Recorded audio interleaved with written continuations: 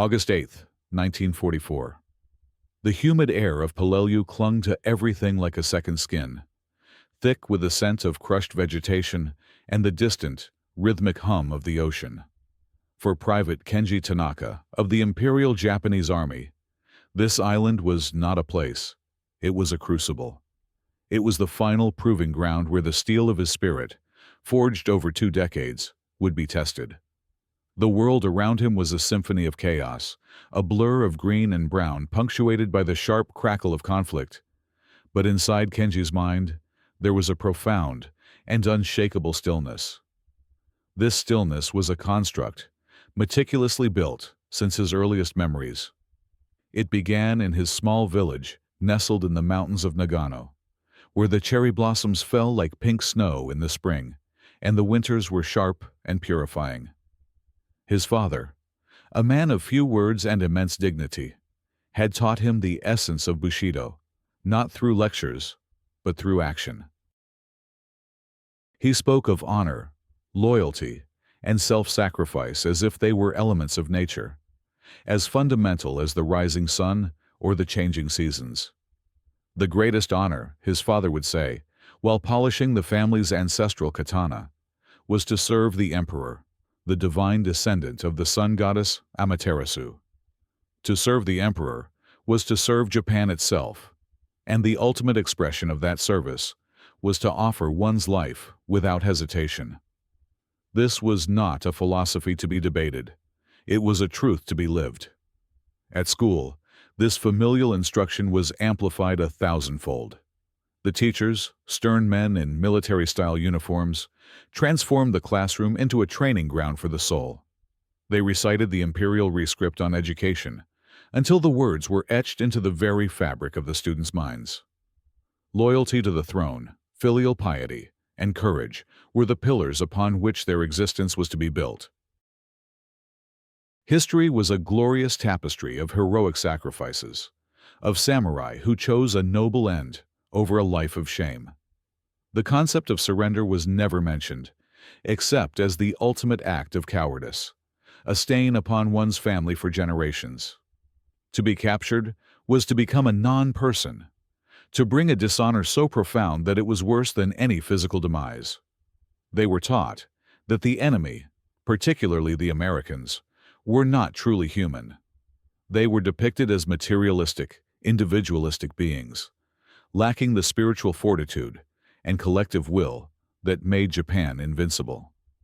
They were Oni, demons from a foreign land, whose way of life was a threat to the harmony and purity of the Japanese spirit. Physical training was relentless and unforgiving. The boys would stand for hours in the winter snow, their bare feet turning blue to build endurance. They practiced kendo with bamboo swords, the sharp sting of a successful strike, a constant reminder of the importance of discipline and focus. They were pushed beyond their perceived limits, their bodies broken down and rebuilt into instruments of the state. Individuality was systematically erased. The needs of the self were meaningless. Only the needs of the unit, the regiment, and the nation mattered. His name, Kenji Tanaka, became secondary to his designation as a soldier of the emperor. When he was finally conscripted, the transition was seamless. The military training was merely a more intense version of what he had known his entire life. The drills were grueling, the discipline absolute. His commanding officer, a veteran of the campaigns in China, embodied the ideals they were taught to revere. He spoke of the Gyokusai spirit, the glorious shattering of the jewel. It was the poetic term for annihilation in battle, for fighting to the last man, ensuring that the enemy paid a heavy price for every inch of sacred ground. "A single life," the officer would thunder, his voice echoing across the parade ground, "weighs less than a feather compared to our duty.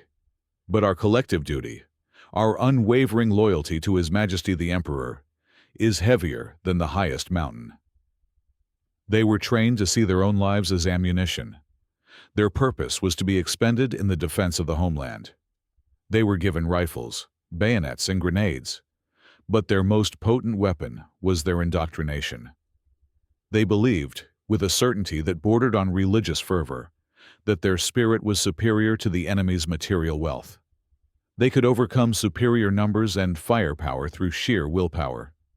They were taught that a bayonet charge, even into the face of overwhelming machine gun fire, was the purest expression of the Japanese fighting spirit. On Peleliu, this training reached its zenith. The island itself was to become a fortress, a massive instrument of attrition. Kenji and his comrades spent months digging a complex network of caves and tunnels, transforming the coral ridges into a formidable defensive position. They knew they were not expected to win in the conventional sense. Their mission was not to defeat the enemy, but to bleed them, to make their victory so costly that their will to fight would crumble. Their purpose was to perish. Kenji's mind often drifted back to the farewell ceremony in his village. The entire community had gathered at the shrine. His mother, her face a mask of stoic pride, had handed him a senenbari, a belt of 1,000 stitches, each stitch sewn by a different woman from the village, a collective prayer for his courage and a glorious end. She had not wept. To weep would have been to show a selfish attachment, to doubt the honor of his mission. His father had simply placed a hand on his shoulder and said, "Do not shame us." It was not a plea, but a command. It was the final stone laid in the foundation of his identity. As he crouched in the suffocating heat of his defensive position, the sounds of the approaching American landing craft growing louder, Kenji felt no fear. Fear was a personal emotion, and he was no longer a person. He was a component of a larger whole, a single warrior spirit multiplied by tens of thousands. He checked his Arisaka rifle, the metal warm to the touch. He felt the weight of the grenades on his belt. He touched the small, worn photo of his family tucked into his tunic.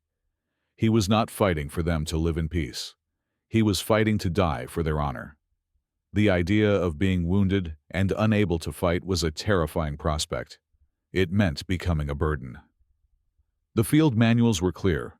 A grievously wounded soldier, if unable to continue the fight, was expected to take his own life, often with a final grenade, taking as many of the enemy with him as possible.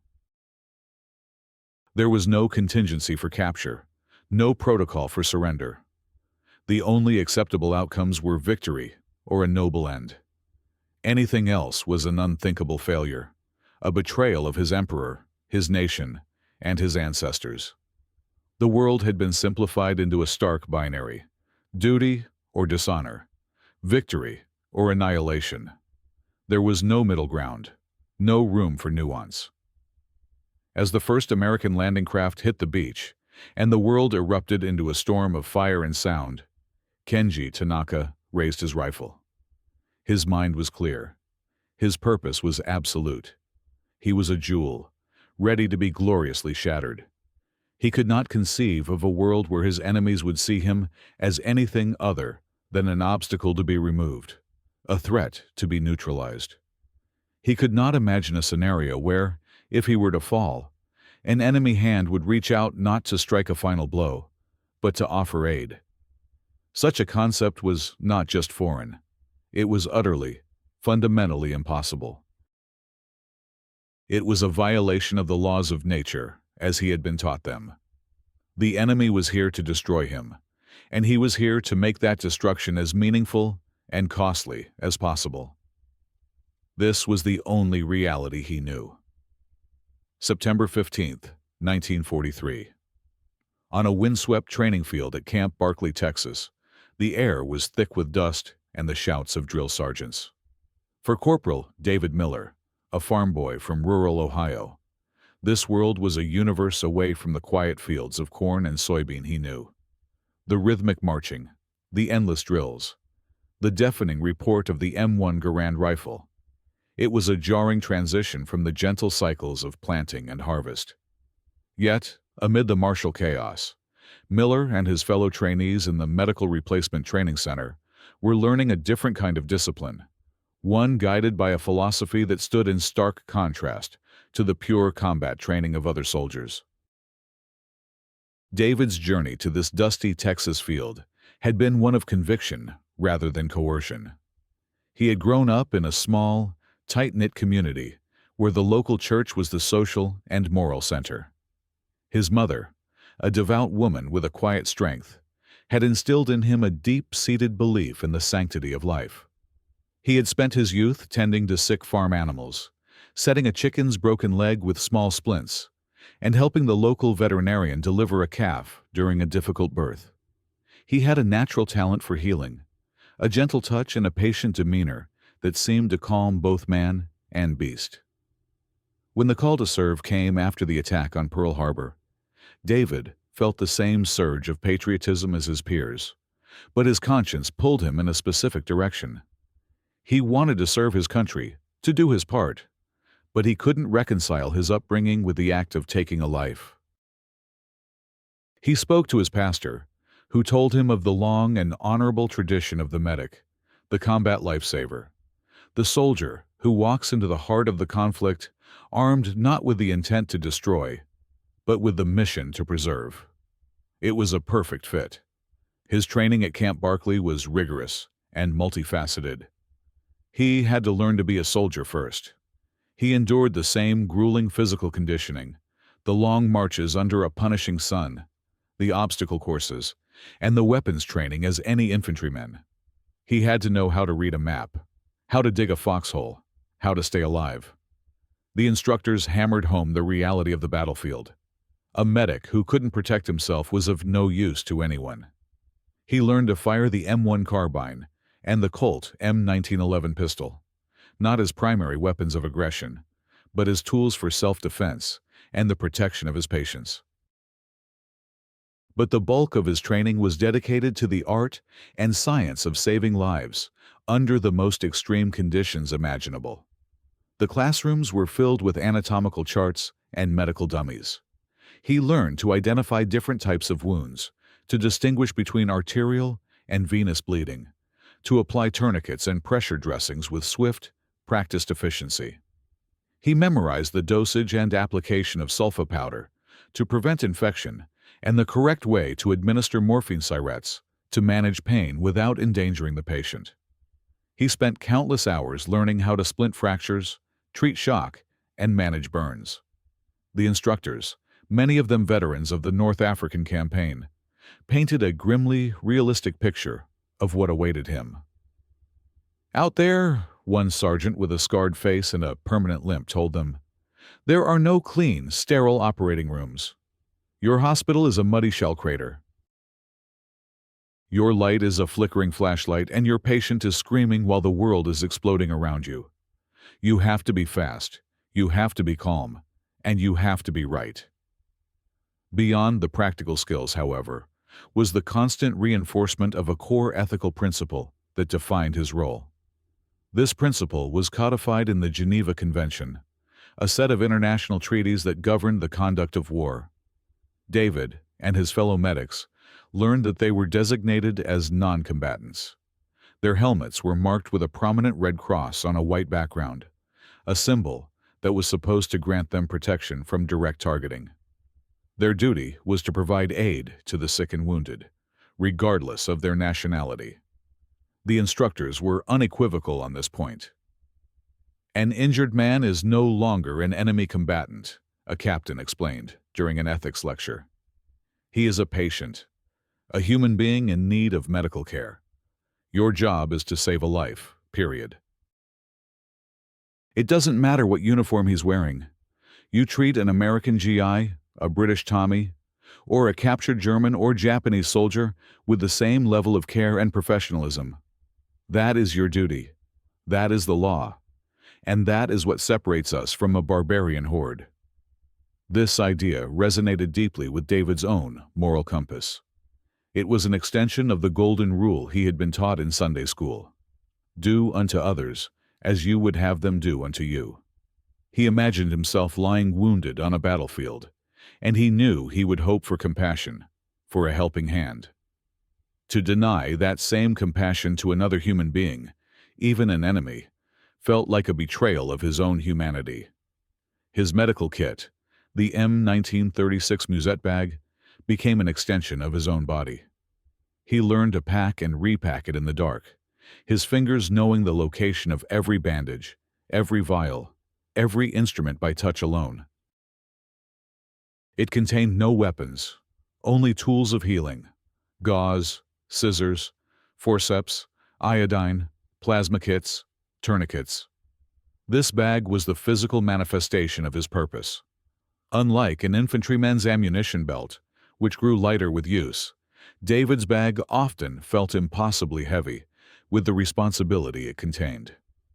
The final stage of their training involved massive, realistic field exercises. They would crawl under barbed wire while simulated artillery shells exploded around them, the air filled with smoke and the recorded sounds of battle. They practiced triaging casualties, making the gut-wrenching decision of who to treat, first based on the severity of their injuries and their chances of survival. They learned to carry a wounded man on a litter over treacherous terrain, the dead weight a constant strain on their muscles. During one such exercise, David found himself treating a fellow trainee who had taken a hard fall from an obstacle. The young man's leg was broken, the bone clearly displaced. As David worked to stabilize the limb, applying a splint and trying to keep the soldier calm, he felt a profound sense of purpose. The chaos of the simulated battle faded into the background. All that mattered was the man in front of him, the specific task at hand, the immediate need to alleviate suffering and preserve a life. It was a moment of clarity. He understood that his role was not to win the war, but to win small, vital victories against the chaos and destruction of the war itself. Every soldier he saved was a testament to a belief in a shared humanity that transcended the conflict. As he prepared to ship out to the Pacific Theater, David Miller was not naive. He knew he was heading into a brutal and unforgiving environment. He had heard the stories about the fighting, about the ferocity of the Japanese soldiers and their refusal to surrender. He knew that the Red Cross on his helmet might not always be respected. But he was not driven by hatred or a desire for revenge. He was driven by a simple, powerful conviction forged in the cornfields of Ohio and tempered in the dust of Texas. His mission was to mend what was broken, to heal what was wounded, to save who could be saved. He was a medic, and in the face of the ultimate expression of human conflict, he would represent the ultimate expression of human compassion. He couldn't imagine looking at a wounded man, no matter his uniform or his ideology, and seeing anything other than a patient in need of his help. It was a duty he was prepared to carry out, one life at a time. September 17th, 1944. The world for Private Kenji Tanaka had shrunk to a few square yards of coral and sand on Peleliu. The air was a choking mixture of cordite, dust, and the metallic tang of expended munitions. The symphony of chaos he had anticipated had become a deafening, unrelenting roar that seemed to vibrate in his very bones. The American assault was relentless, a tidal wave of men and machines that crashed against the island's defenses with unimaginable force. From his position, in a well-camouflaged pillbox connected to a network of tunnels, Kenji and his comrades fought with a disciplined fury. They were no longer individuals. They were a single organism, a collective will focused on a single purpose, to inflict maximum casualties. They followed their training to the letter. They held their fire until the enemy was close, creating overlapping fields of fire that turned the beach into a maelstrom. They moved through the tunnels with silent efficiency, appearing in one position to fire a few rounds before disappearing back into the earth, only to emerge from another opening yards away. For 2 days, they held their ground against overwhelming odds.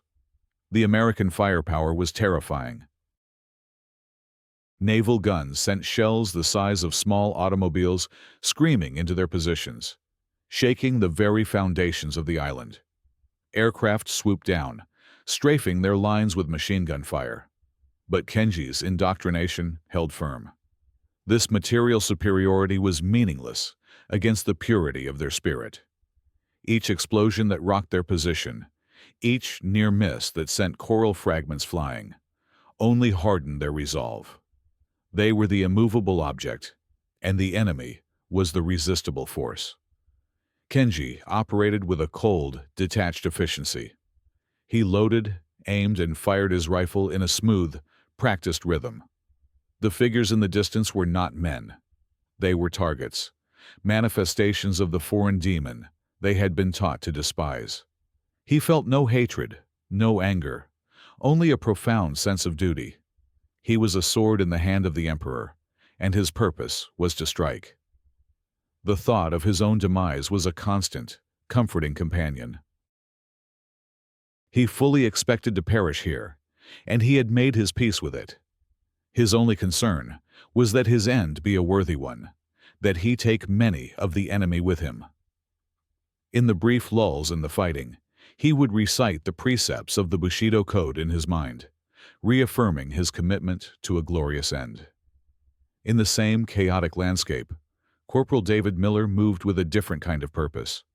For him, the battlefield was not a glorious proving ground, but a landscape of immense human suffering that he was sworn to mitigate.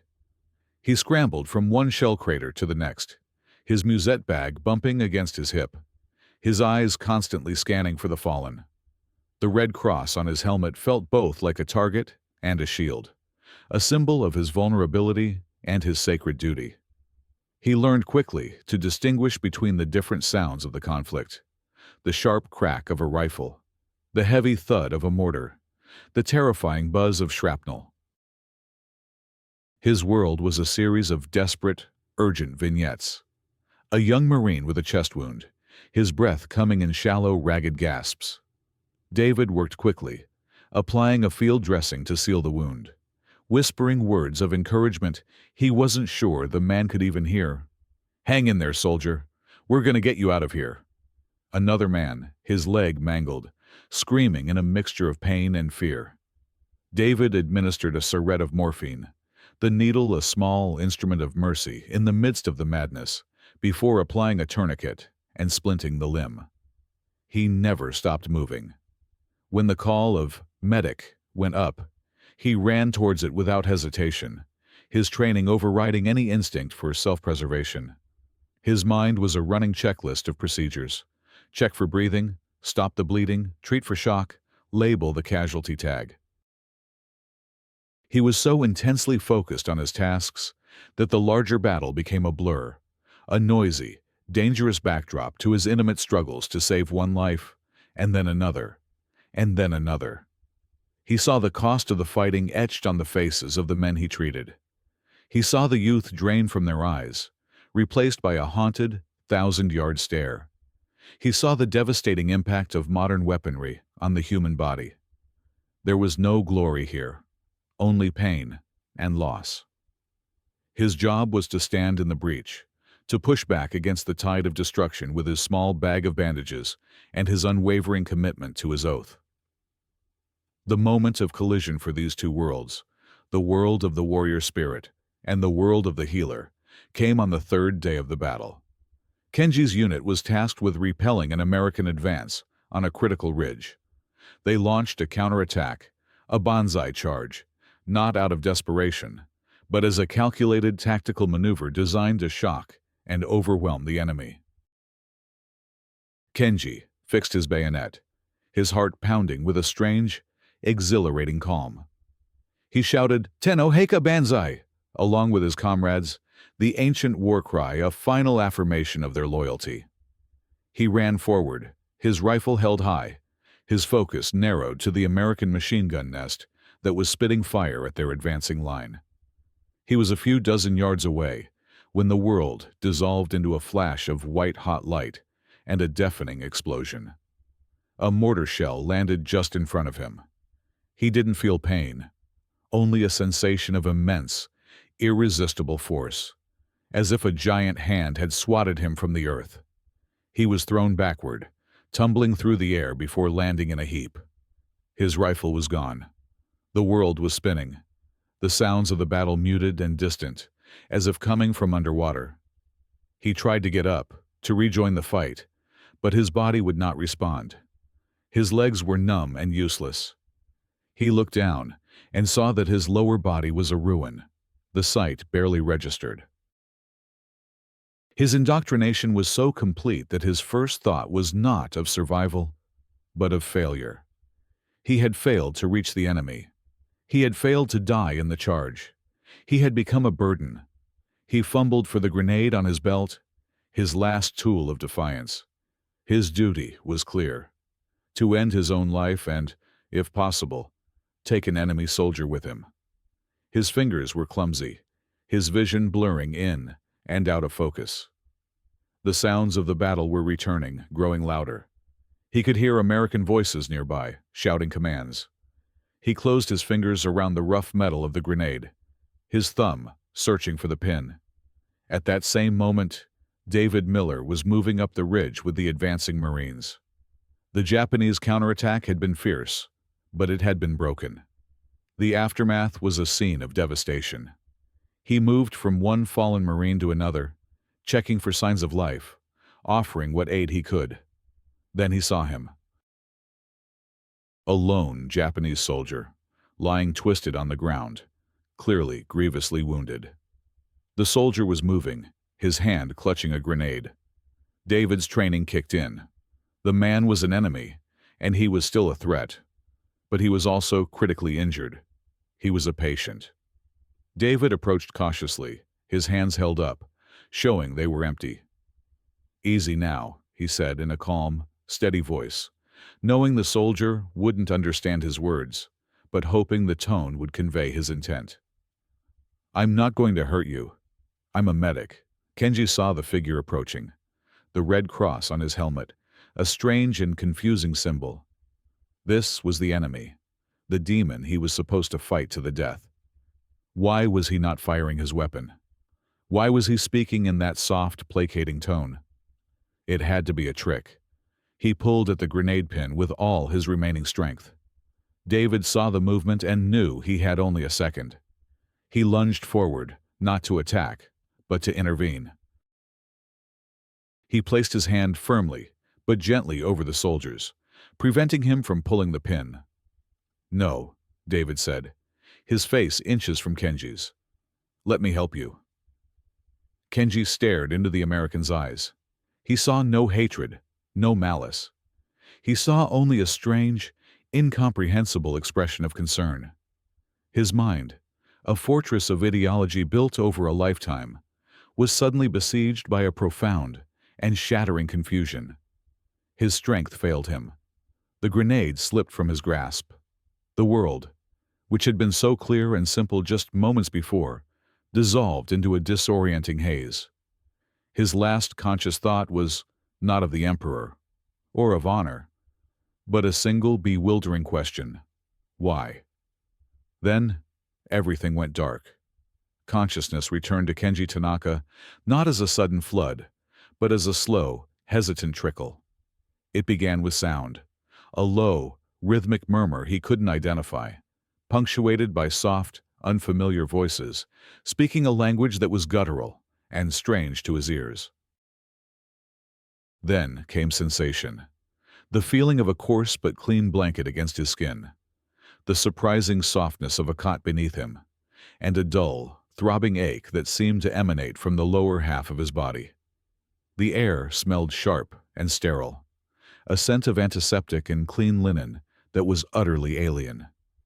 It was the smell of a hospital, a place he had only ever associated with weakness and the prolonging of a life that should have been honorably forfeit. He tried to open his eyes, but his eyelids felt as heavy as lead shutters. When he finally succeeded, the light was muted, filtered through the canvas of a large tent. He saw blurred shapes moving, figures in olive drab uniforms. He blinked, trying to bring the world into focus. The shapes resolved into men, American soldiers moving, with a calm purposefulness. One of them, he noticed with a jolt, had a red cross on his sleeve. This was the enemy's domain. A wave of cold shame washed over him, so powerful it was almost nauseating. He was alive. He was a prisoner. He had failed in the most fundamental way imaginable. He had brought dishonor upon his family, his regiment, and his emperor. The glorious death he had been promised, the noble shattering of the jewel, had been denied him. In its place was this humiliating survival. He was no longer a warrior. He was a captive, a thing to be displayed, interrogated, and discarded.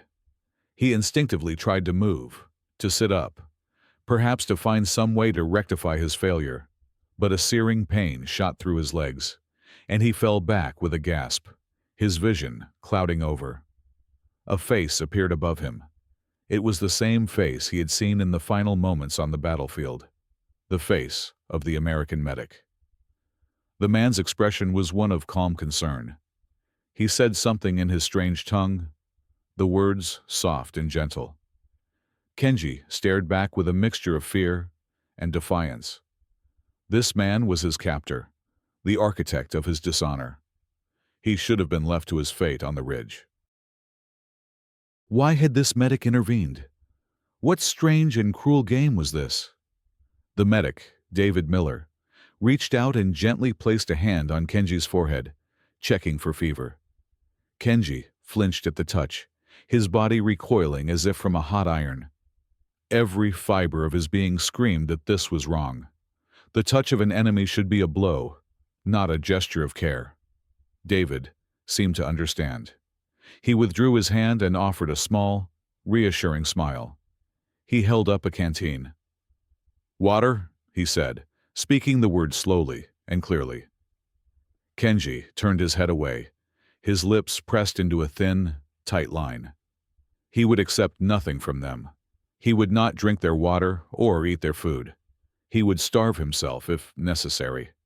It was the only honorable path left to him, the only way to reclaim a shred of the dignity he had lost. Days bled into one another in a confusing haze of pain, fever, and disorientation. Kenji drifted in and out of consciousness. In his lucid moments, he was a silent observer of this impossible new reality.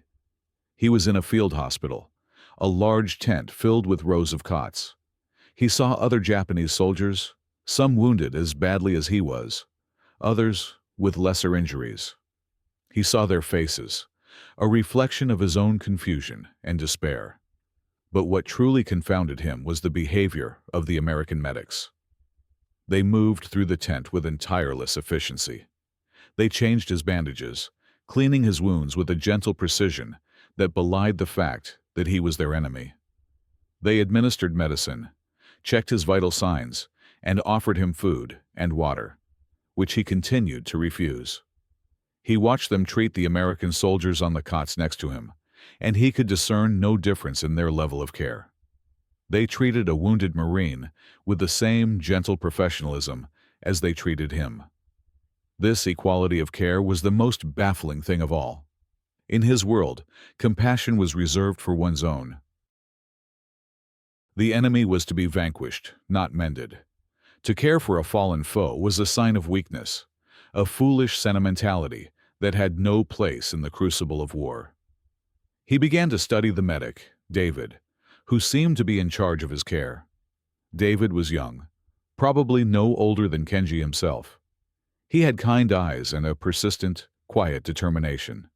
He never showed frustration at Kenji's silent hostility or his refusal to cooperate. He would simply set the tray of food down, nod, and move on to the next patient. One afternoon, David sat on a crate next to Kenji's cot. He held up a small, worn photograph. It showed a man and a woman standing in front of a farmhouse, a wide field of corn stretching out behind them. David pointed to the people and then to himself. "My mother, my father," he said, tapping his chest. Kenji stared at the photograph. He saw the pride in the man's eyes, the gentle warmth in the woman's smile. It was a look he recognized. It was the same look he had seen on the faces of his own parents. The simple, human gesture caught him off guard. It was a crack in the monolithic wall of his indoctrination. He had been taught that these Americans were materialistic barbarians, devoid of family loyalty and spiritual depth.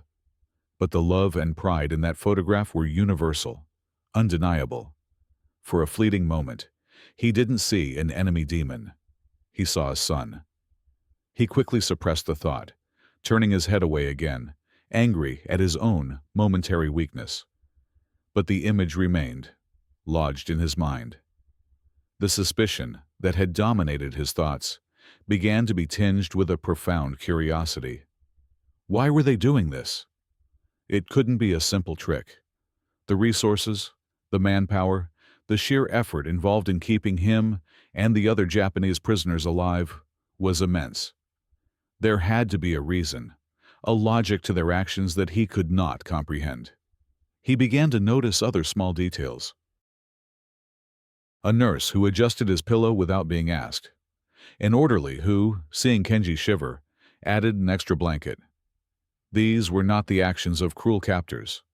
They were the actions of caregivers. It was a word that felt alien and wrong in this context. The internal conflict was a torment. One part of his mind, the part forged by years of training and ideology, screamed that this was a deception, a psychological tactic to break his spirit. It insisted that his only honorable course was to resist, to seek an end. But another part of him, a smaller, quieter voice that he had long since learned to ignore, was beginning to ask questions. It saw the genuine concern in the medic's eyes. It felt the gentle touch of their hands. It recognized the shared humanity in a photograph of a family. This awakening was not a gentle dawn, but a jarring and painful process. He was adrift in a sea of contradictions, his entire worldview thrown into turmoil. He was a Japanese soldier, taught that death was honor and capture was shame. Yet he was being kept alive by the very people he was supposed to despise, treated with a compassion he could not understand.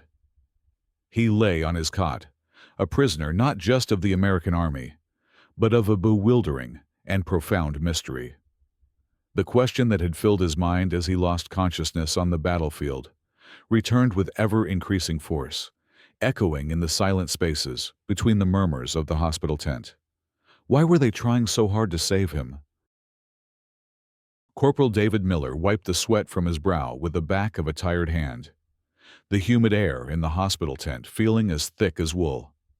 For the past 18 hours, he had been on his feet, moving from cot to cot in a seemingly endless cycle of care.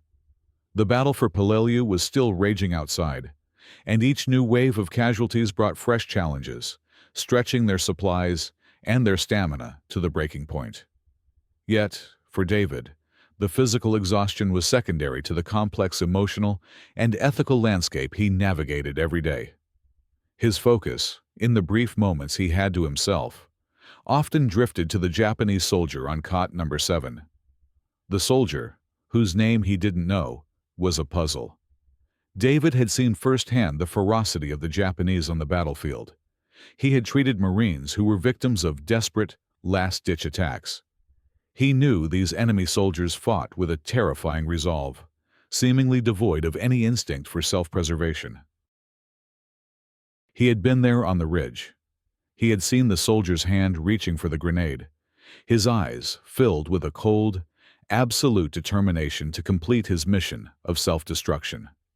Preventing that act had been pure instinct, a reaction born of his core training: preserve life.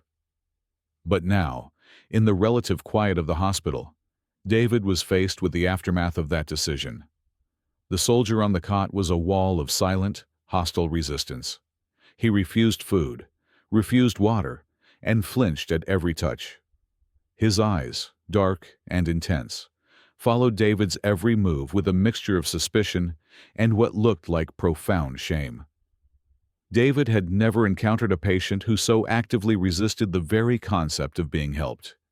It was a profound challenge to his entire philosophy of care. Back in Ohio, helping was a simple, welcome act.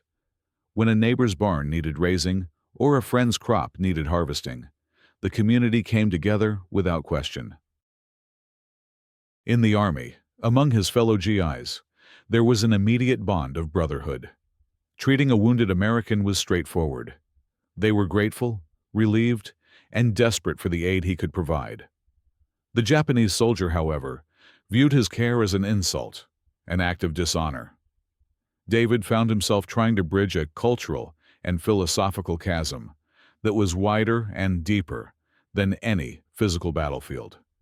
He couldn't understand the mindset that valued a specific kind of death over life itself. To him, life was a precious gift, something to be protected and cherished at all costs. The idea that a young man would be so thoroughly conditioned to throw it away was a tragedy that went beyond the immediate scope of the war. He discussed it with his superior, Captain Reynolds, a weary but compassionate doctor who had seen more than his share of conflict. "You have to understand, Miller," Reynolds said, pausing to light a cigarette, his hands trembling slightly. "Their entire worldview is different. They're taught from birth that surrender is the ultimate disgrace. To them, you didn't save his life. You stole his honorable death. You've made him a prisoner, not just of us, but of his own code of conduct." "So what do we do?" David asked. "Just let him waste away. He won't eat, he won't drink, he's fighting us every step of the way." "We do our job," Reynolds said, exhaling a plume of smoke. "We follow our orders and we follow our conscience. We offer the care. We clean his wounds. We provide the sustenance. We treat him with the same dignity we'd give any other patient." The Geneva Convention isn't just a set of rules, Miller. It's a statement about who we are. We don't resort to their methods. We don't abandon the wounded. We save lives. It's that simple and it's that complicated. Whether he chooses to accept that is up to him. But our duty is clear. Reynolds' words reaffirmed David's own convictions. He redoubled his efforts, approaching the Japanese soldier with an almost monastic patience. He saw it not as a battle of wills, but as an exercise in empathy. He tried to imagine the world from the soldier's perspective, to understand the immense weight of the cultural conditioning he was under. He continued to offer food and water without pressure. He changed the soldier's dressings with a gentle efficiency, explaining each step in a low, calm voice, even though he knew the words were meaningless. "I'm just going to clean this now," he would say. "This will help prevent infection." He decided to try and break through the wall of isolation in a different way. The gesture with the photograph of his parents had elicited a flicker of something in the soldier's eyes, a brief moment of connection before the shutters came down again. It was a start. He began to treat the soldier not as a Japanese prisoner, but as a man. He gave him a name in his own mind, Kenji, a common Japanese name he had read somewhere. It helped him to humanize the silent figure on the cot. He would talk to Kenji during his rounds, speaking about the weather, about his home in Ohio, about the cornfields. He didn't expect a response. The act of speaking was for his own benefit as much as the patient's, a way to insist on a shared humanity in a place designed to extinguish it. The other medics in the tent watched his efforts with a mixture of curiosity and skepticism. Some thought he was wasting his time. "Why bother, Dave?" one of his friends, a corporal named Santini, asked him one evening. "The guy wants to die. Let him. One less enemy to worry about." "He's not an enemy anymore, Tony," David replied, carefully organizing his medical supplies. "He's a patient, and I'm a medic. It's what we do."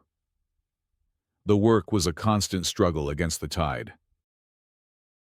For every life they saved, it felt like two more were lost or grievously wounded.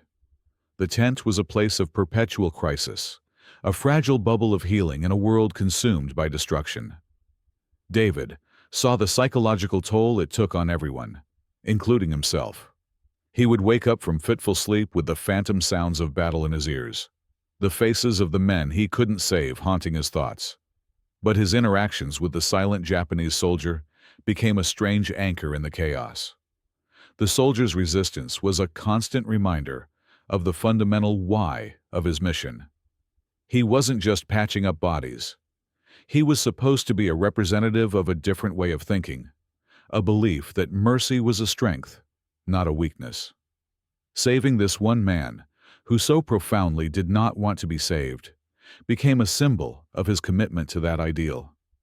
It was about proving to himself that his principles could hold firm even under the most challenging circumstances. He knew that the red cross on his helmet and the contents of his musette bag represented more than just medical neutrality. They were a testament to the belief that, even in the depths of war, there were lines that should not be crossed, and that the imperative to heal was a universal human instinct that could, and should, transcend nationality, politics, and even the hatred of the battlefield. He looked over at cot number 7. The soldier was awake, watching him with those same intense, unreadable eyes. David picked up a fresh canteen and a small bowl of rice. He walked over, knelt by the cot, and held them out. He didn't speak. He just offered. For the first time, the soldier didn't immediately turn his head away. He hesitated, his gaze flickering from David's face to the offered sustenance. It was a tiny, almost imperceptible break in his resistance, but for David, it felt like a monumental victory. It was a sign that perhaps, just perhaps, the bridge he was trying to build was not entirely impossible. The transfer from the forward aid station to a more permanent prisoner-of-war compound on a rear area island marked a significant shift in Kenji Tanaka's existence. The immediate, raw chaos of the battlefield was replaced by the monotonous, structured routine of captivity. The new environment was less a hospital and more a camp, a collection of large, sturdy tents and wooden barracks enclosed by barbed wire. But the American medics and doctors still managed the infirmary, where Kenji and the other seriously wounded prisoners were housed. This change of scenery provided Kenji with something he hadn't had before: time. Time to observe, to think, and to grapple with the profound contradictions that had upended his world. His physical condition was slowly improving. The care he had received, which he had initially resisted with every fiber of his being, had worked its stubborn magic. The infections had been beaten back, and the pain had subsided to a manageable ache. His refusal to eat had eventually given way to the body's primal demand for survival, a betrayal by his own physiology that initially brought a fresh wave of shame. But as his strength gradually returned, so too did his capacity for observation. From his cot, he had an uninterrupted view of the daily life of the compound, and what he saw continued to chip away at the bedrock of his indoctrination. He watched the American guards. They were armed and vigilant, but he saw no overt cruelty in their actions. They treated the prisoners with a detached, almost bureaucratic professionalism. There was no taunting, no gratuitous show of force. The rules were strict, but they were applied consistently. The food was simple, but adequate. The living quarters were clean. This dispassionate orderliness was itself confusing. He had been taught that capture meant torture and humiliation, a fate worse than death. The reality of his situation was far more mundane and, in its own way, more psychologically disorienting. His primary focus, however, remained on the medical personnel. He watched David Miller, who had been transferred with the group of patients, and his colleagues as they went about their duties. He saw them treat dozens of other Japanese prisoners, many of whom were just as resistant and hostile as he had been. Yet, the medics' patience never seemed to waver. They cajoled, they reasoned, and they cared for their unwilling patients with a persistent gentleness that Kenji still found baffling. He began to see patterns in their behavior. He saw them share cigarettes with prisoners who were ambulatory. He saw a nurse carefully reading a letter from home to a young American GI in the next ward, and then, later that day, saw the same nurse help a Japanese prisoner write a simple character in a notebook. These small acts of kindness were like stones dropped into the still, dark pool of his certainty, sending out ripples of doubt. The turning point, the moment when the slow thaw truly began, came with the arrival of a new figure in the camp, a Nisei interpreter. Sergeant Roy Sato was an American soldier of Japanese descent. He was born and raised in California, but he spoke fluent Japanese, a skill that made him invaluable to the camp administration. Sato's presence was a shock to Kenji and the other prisoners. They had been taught that anyone of Japanese blood who sided with the enemy was the ultimate traitor, a soulless creature who had abandoned his heritage. But Sato did not fit this demonic caricature. He was a quiet, thoughtful man who carried himself with a weary dignity. He approached the prisoners, not with arrogance, but with a palpable sense of empathy for their predicament. His job was to facilitate communication, to translate the doctor's questions and the prisoner's responses. The first time Sato approached Kenji's cot, accompanied by David Miller, Kenji turned his face to the wall. Sato didn't press. He simply spoke in perfect, formal Japanese. "My name is Sergeant Sato. This is Corporal Miller. He is your medic. He has been concerned for you. He wants to know if your pain has lessened." The sound of his own language, spoken with such clarity, was jarring. He had not heard it from anyone but his fellow prisoners in weeks. Against his own will, Kenji turned back. He looked at Sato, then at David. David gave him a small, hopeful smile. "Tell him," David said to Sato, "that I am glad to see he has a little more strength today." Sato translated the message. Kenji remained silent, but he listened. This became their daily ritual. Sato would translate David's medical questions and his simple, non-threatening pleasantries.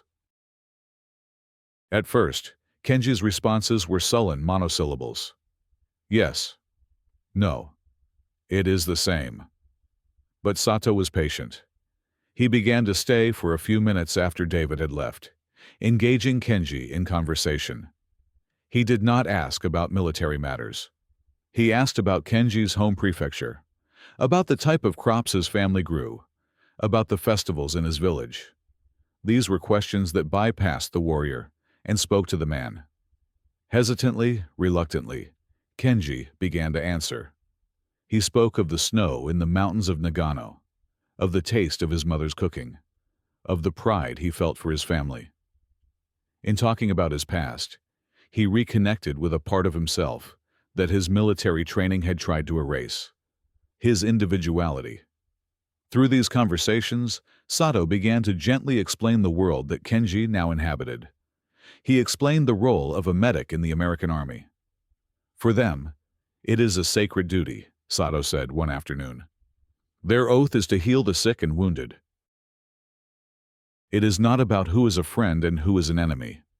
When they see a wounded man, they see only a patient." Kenji found this concept difficult to grasp.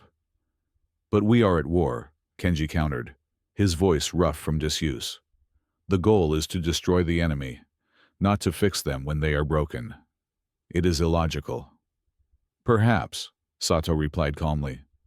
"But they believe this practice makes them stronger, not weaker. They believe it is a sign of a civilized nation, to show mercy even to one's enemies. It is part of their code, just as Bushido is part of yours." The mention of Bushido stung Kenji. "I have failed the code," he said, his voice dropping to a whisper. "I am alive. I am shamed." Sato looked at him with a deep sadness in his eyes. "The Bushido that I read about in the old stories," he said, "spoke of honor, courage, and loyalty. But it also spoke of benevolence and compassion. Is there no honor in living? Is there no courage required to face a new day in a difficult situation? Perhaps the version of the code you were taught focused only on the dying and not on the living." Sato's words were revolutionary. They suggested that the ideology Kenji had accepted as absolute truth was, in fact an interpretation, a specific, militarized version of a much older and more complex philosophy. This idea was both terrifying and liberating. It meant that his entire framework for understanding honor and shame might be flawed. He started watching David Miller through a new lens. He saw not a captor, but a man doing his job according to a strict code of his own. He saw the weariness in David's eyes at the end of a long shift, the genuine relief on his face when a patient's fever broke, the quiet frustration when a life was lost despite his best efforts. He saw a man dedicated to a principle of preservation that was the mirror opposite of the principle of self-destruction that had guided Kenji's own life. One evening, David came by with Sato. He was carrying a small, tattered paperback book. He handed it to Sato. "A friend of mine sent me this," David said. "It's a book of poems. I thought maybe he would like to see it." Sato took the book and explained David's gesture to Kenji. Kenji looked at the book, then at David. He couldn't read the English words, but he understood the intent behind the gift. It was a simple, human connection, an offering of something to fill the long, empty hours. Slowly, Kenji reached out and took the book. His fingers brushed against David's. For the first time, he did not flinch. "Arigato," he whispered, the word feeling strange on his tongue.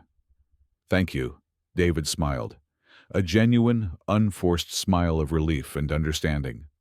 It was a small moment, a quiet exchange in a forgotten corner of a vast and terrible war.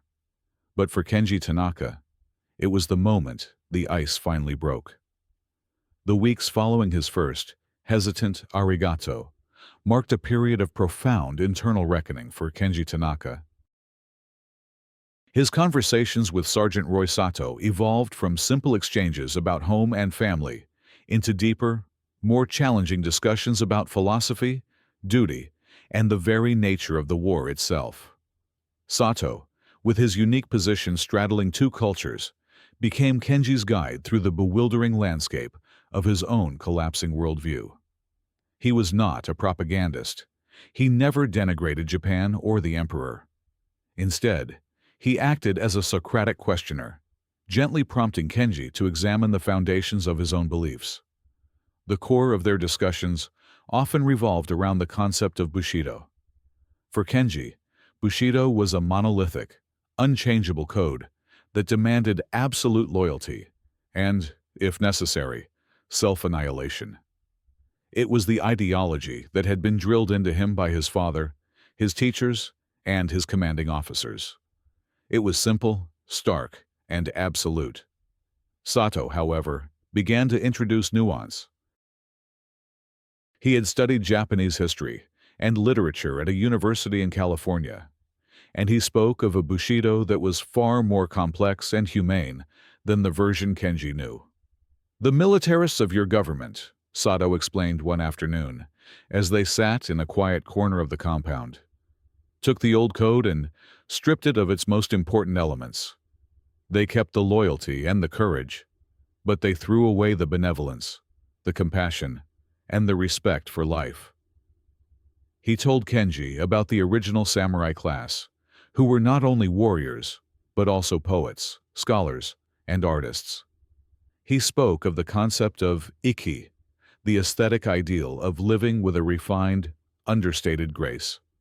He quoted from the Hagakure, a classic text on Bushido, pointing out passages that spoke not just of the way of dying, but of the way of living a full and meaningful life in service to one's Lord.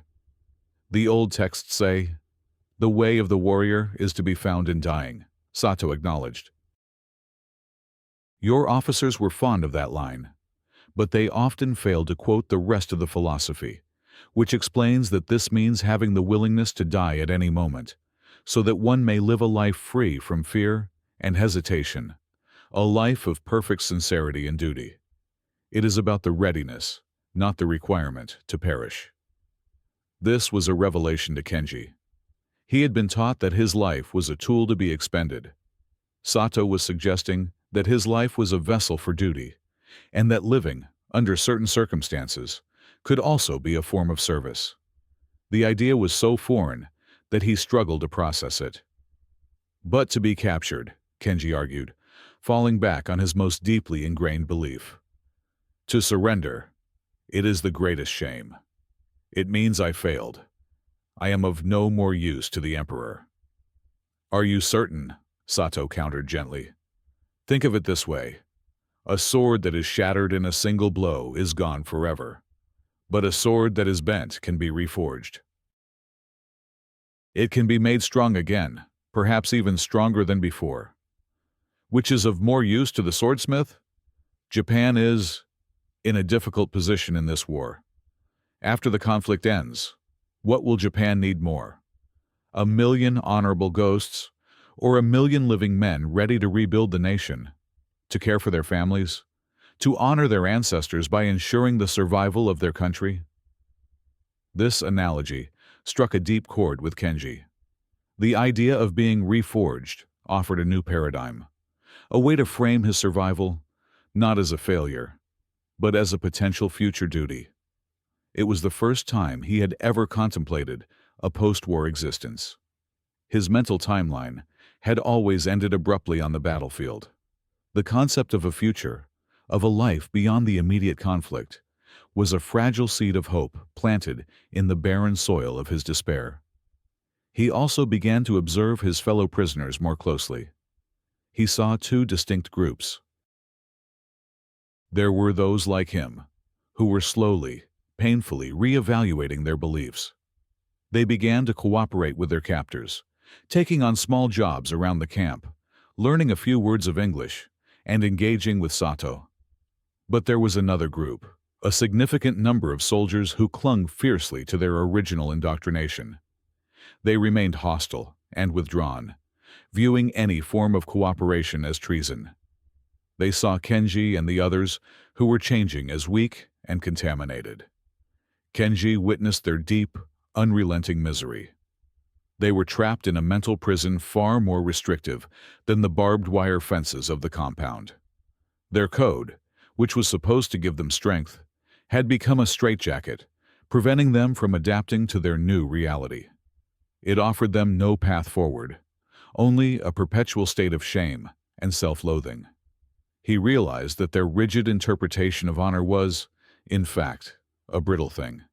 It could not bend, and so it had been shattered. His own slowly evolving understanding, however, was becoming more resilient. In contrast, he thought about David Miller. He had watched David tend to a grievously wounded American Marine, a young man who had lost a limb. The Marine was in despair, believing his life was over. David sat with him for hours, not just as a medic, but as a friend. He spoke of new medical advancements, of prosthetic limbs, of all the things the young man could still do.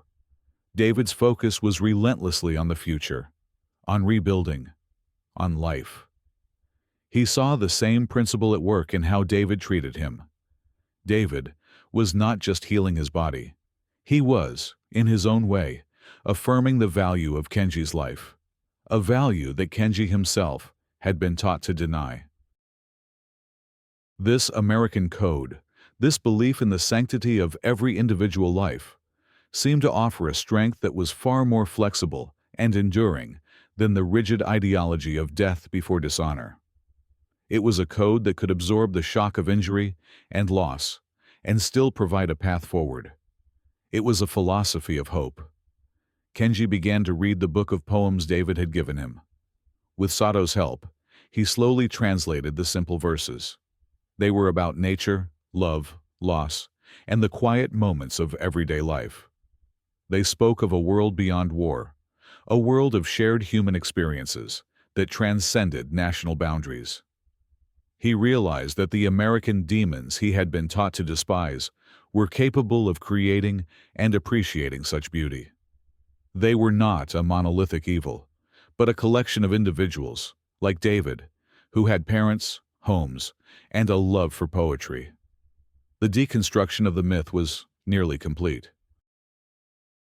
The image of the glorious, honorable death was fading, replaced by a more complex and challenging vision of an honorable life. He understood that his commanding officers had not taught him the full story of Bushido. They had given him a simplified, weaponized version, designed for a single purpose: to turn him into an effective and expendable soldier. They had denied him the code's compassion, its wisdom, and its emphasis on a life lived with sincerity. He was not betraying his culture by choosing to live. In fact, he was beginning to believe that by embracing a future, by preparing himself to one day return and help rebuild his nation, he was fulfilling a deeper, more profound duty than simply dying on a forgotten island. The path ahead was still uncertain, but for the first time since he had woken up in the American field hospital, it was not shrouded in the darkness of shame. It was illuminated by a faint but growing light. As Kenji Tanaka's personal transformation continued, his understanding of the forces that had shaped his new reality began to expand. It was no longer enough for him to simply accept the kindness of individuals like David Miller. He needed to understand the system, the philosophy, the set of rules that made such actions not just possible, but required. This intellectual journey was once again guided by Sergeant Roy Sato, who took it upon himself to educate the more inquisitive prisoners about the legal and ethical framework that governed their treatment. One day, Sato gathered a small group of prisoners, including Kenji, in a quiet section of the compound. He brought with him a small, official-looking booklet. "Today," he began in Japanese, "I want to talk to you not about opinions or philosophies, but about law, international law. This is called the Geneva Convention." He held up the booklet. The prisoners looked at it with a mixture of curiosity and suspicion. The idea that war, the most chaotic and violent of human activities, could be governed by a set of rules was a deeply foreign concept to them.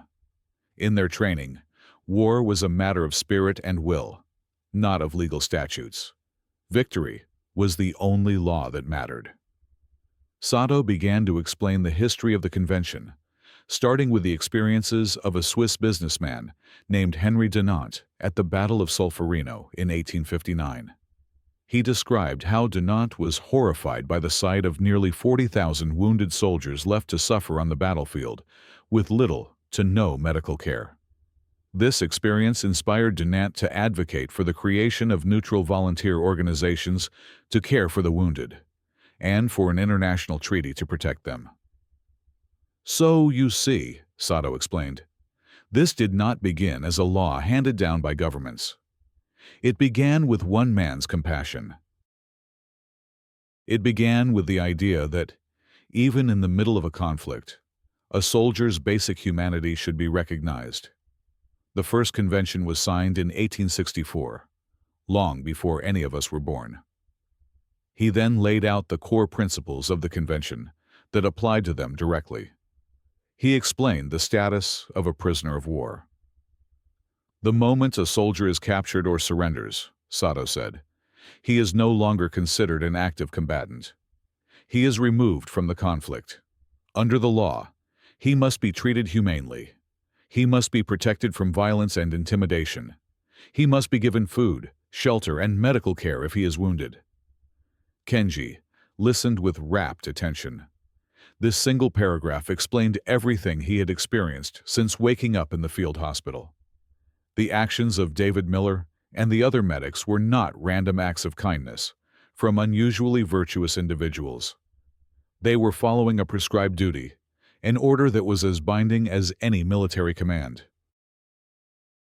Their compassion was institutionalized. Sato then pointed to the Red Cross symbol. "This emblem," he said, "is the symbol of this neutrality.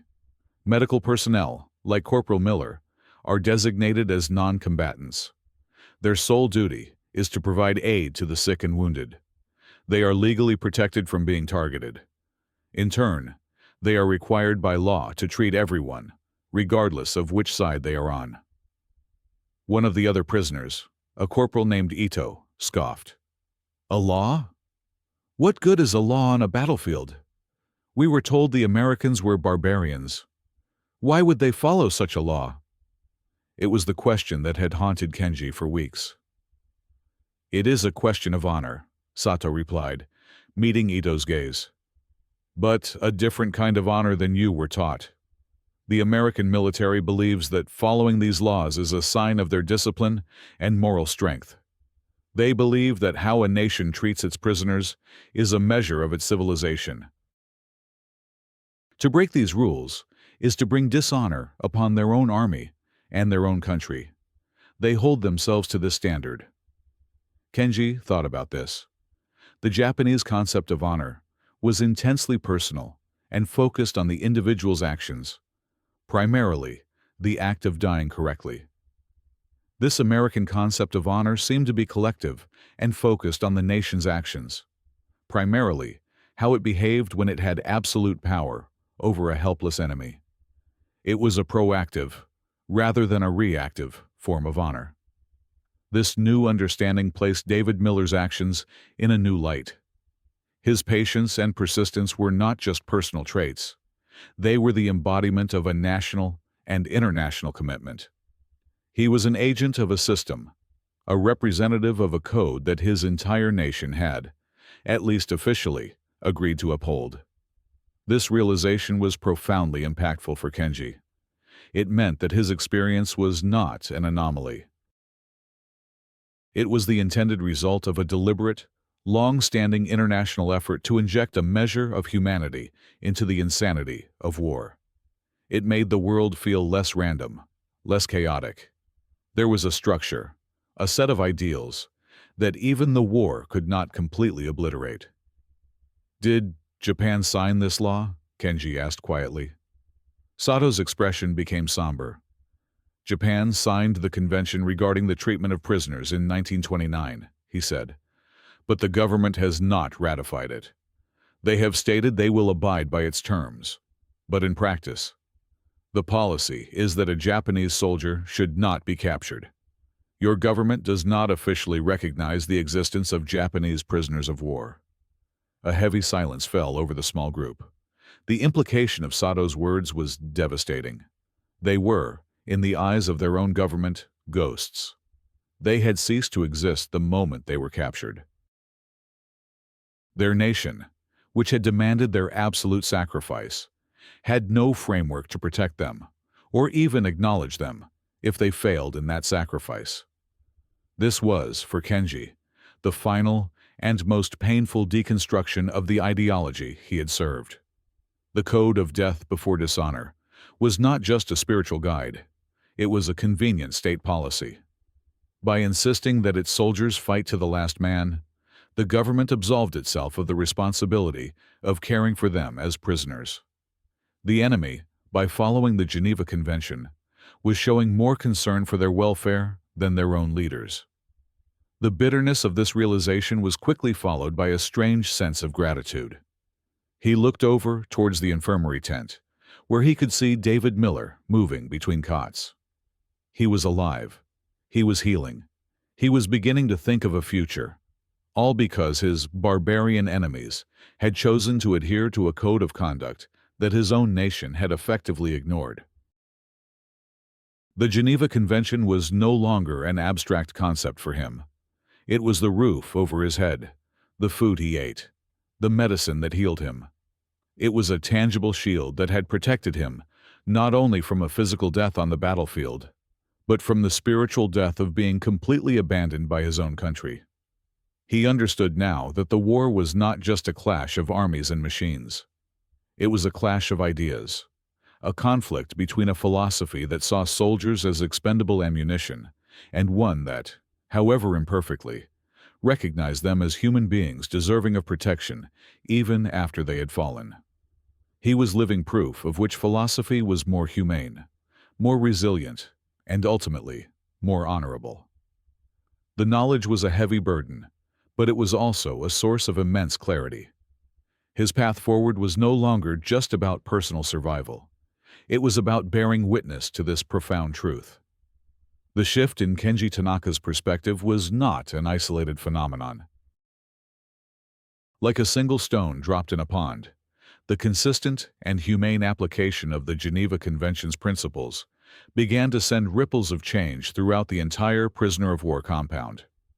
The initial atmosphere of sullen hostility and deep-seated suspicion slowly, almost imperceptibly, began to erode, replaced by a grudging and then growing sense of cooperation.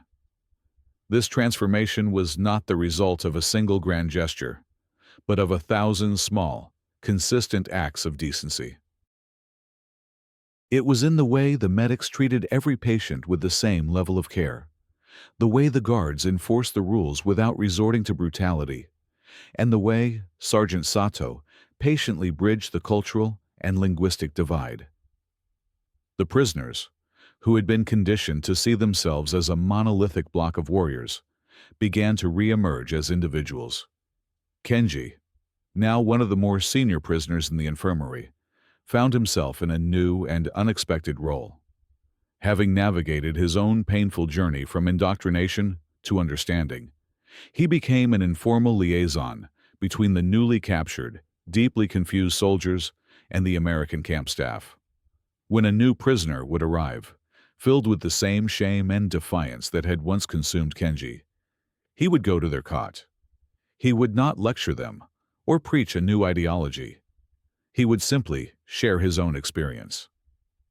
"I know how you feel," he would begin in Japanese, his voice quiet and steady.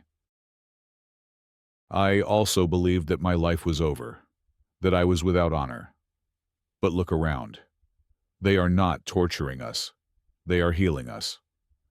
He would explain the logic behind the medic's actions, framing it in terms of the American code that Sato had explained to him.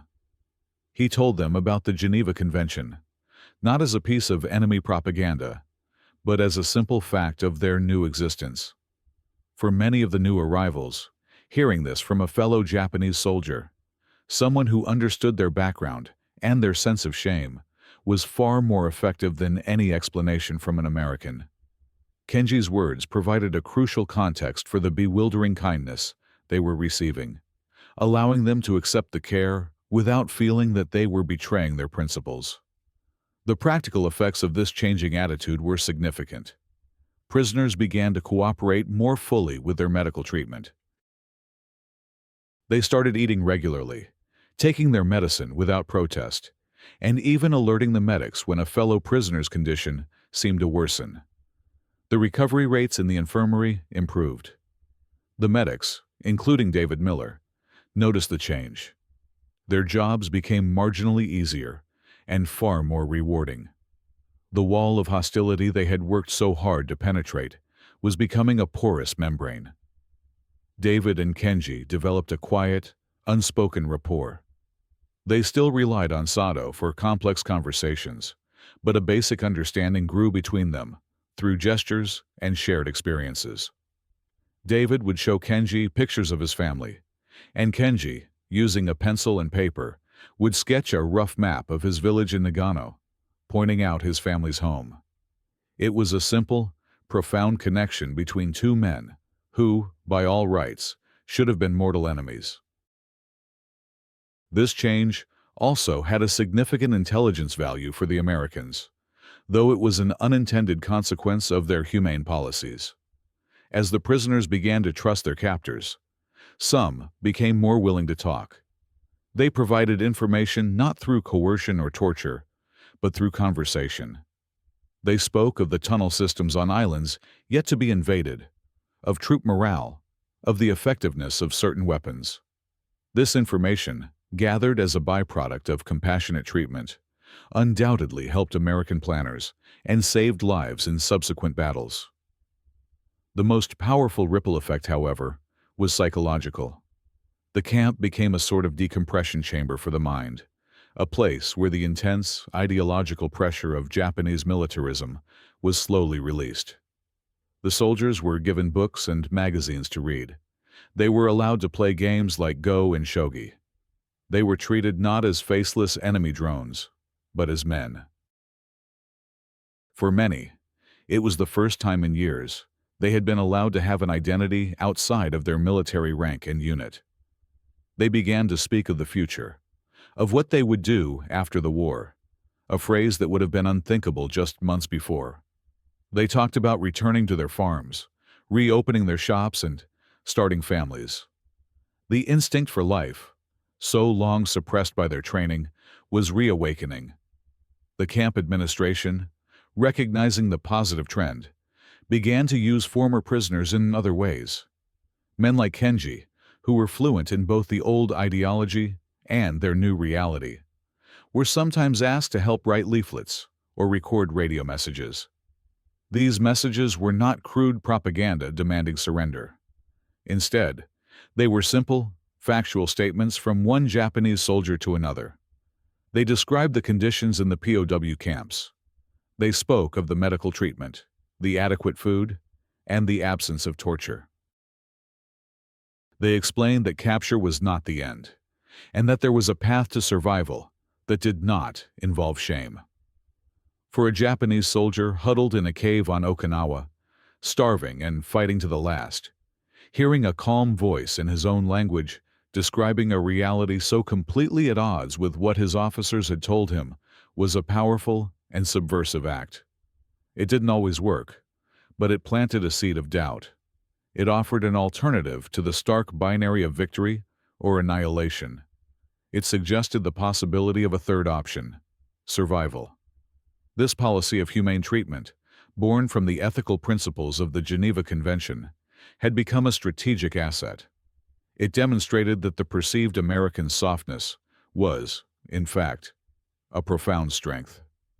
It undermined the enemy's core ideology, not by attacking it head-on with bombs and bullets, but by patiently and persistently demonstrating a better, more humane alternative. Kenji watched all of this unfold with a sense of quiet awe. He had been part of a military machine designed to crush the human spirit, both the enemy's and its own. Now, he was witnessing, and participating in, a process of rebuilding that spirit. He saw the defiant, frightened eyes of new prisoners slowly soften with understanding and hope. He saw men who had been taught to hate learn to trust. The ripples of change that had started with a single medic's refusal to let him die had widened into a current, a powerful tide of humanism that was pushing back against the hatred of the war, one prisoner at a time. August 15, 1945. The news came over the camp's loudspeaker system, first in English, and then, a few moments later, translated into solemn Japanese by Sergeant Roy Sato. The Emperor himself, the divine voice that no ordinary citizen had ever heard, had spoken to the nation. He had announced the surrender of Japan. The war was over. A strange, profound silence fell over the entire compound. For the American guards and personnel, there were whoops of joy and relief. But among the Japanese prisoners, the reaction was a complex mixture of shock, disbelief, and a quiet, hollow emptiness. Their entire world, the cause for which they had been prepared to sacrifice everything, had ceased to exist. For Kenji Tanaka, the announcement was not a shock, but a confirmation of the new reality he had slowly come to accept. The path of endless, glorious resistance had led, as Sato had quietly predicted, to national ruin. The Emperor's call for surrender was not a betrayal, but an act of profound wisdom, a command to endure the unendurable and pave the way for a new future. It was a validation of the choice that had been made for him on the battlefield, the choice to live. The months that followed were a period of transition. The atmosphere in the camp changed from one of captivity to one of waiting. The prisoners were no longer the enemy. They were former combatants, men of a defeated nation waiting to be repatriated. The discussions with Sato shifted from the laws of war to the challenges of peace. How could they return to a country they would barely recognize? How could they, as former prisoners, be accepted back into a society that still viewed capture as a disgrace? David Miller sought out Kenji before he was scheduled to be shipped back to the United States. They stood near the barbed wire fence, which no longer seemed like a barrier, but simply a line between two different futures. Sato stood with them, translating. "I'm going home, Kenji," David said, his voice filled with a mixture of excitement and melancholy. "Back to Ohio, back to the farm." "You will be happy to see your parents," Kenji said, recalling the photograph David had shown him, what felt like a lifetime ago. "I will," David said. He hesitated for a moment, then looked directly at Kenji. "I often think about that day on the ridge. I want you to know. I'm glad I was there. I'm glad you're alive." Kenji bowed his head deeply, a gesture of profound respect and gratitude. "Corporal Miller," he said, with Sato translating his words carefully. "You did more than save my body. You and Sergeant Sato, you saved my mind. You taught me that there is honor in living, not just in dying. That is a lesson I will carry with me for the rest of my days." "I can never repay you." David shook his head. "There's nothing to repay. We were just doing our jobs. You take care of yourself." He extended his hand. For a moment, Kenji looked at it, unsure of the gesture. Then, he reached out and shook David's hand firmly. The grip was a bridge across a gulf of culture, language, and recent conflict, a final testament to the human connection they had forged.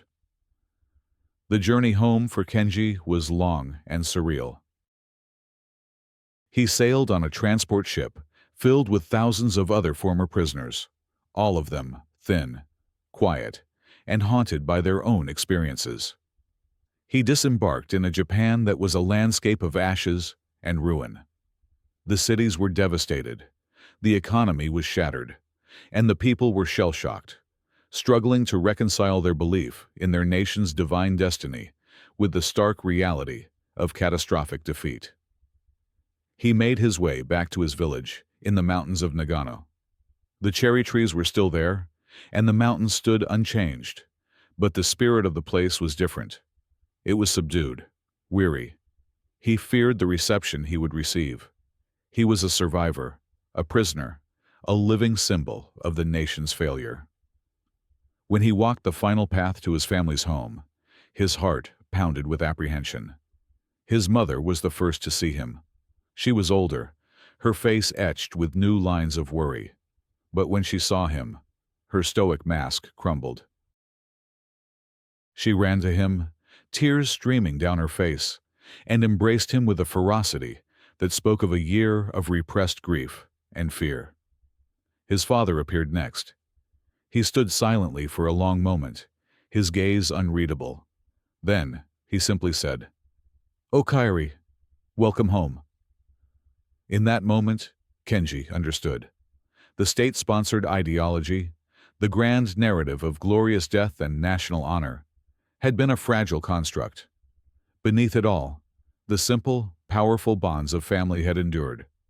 His parents were just grateful that their son had come back alive. Kenji never spoke in detail about his time as a prisoner. The shame was still too deeply ingrained in the culture for him to be entirely open. But he lived his life according to the new principles he had learned. He worked tirelessly to help rebuild his community. He married, had children, and taught them not the militaristic version of Bushido he had been taught, but the older, more compassionate version he had learned from Sato.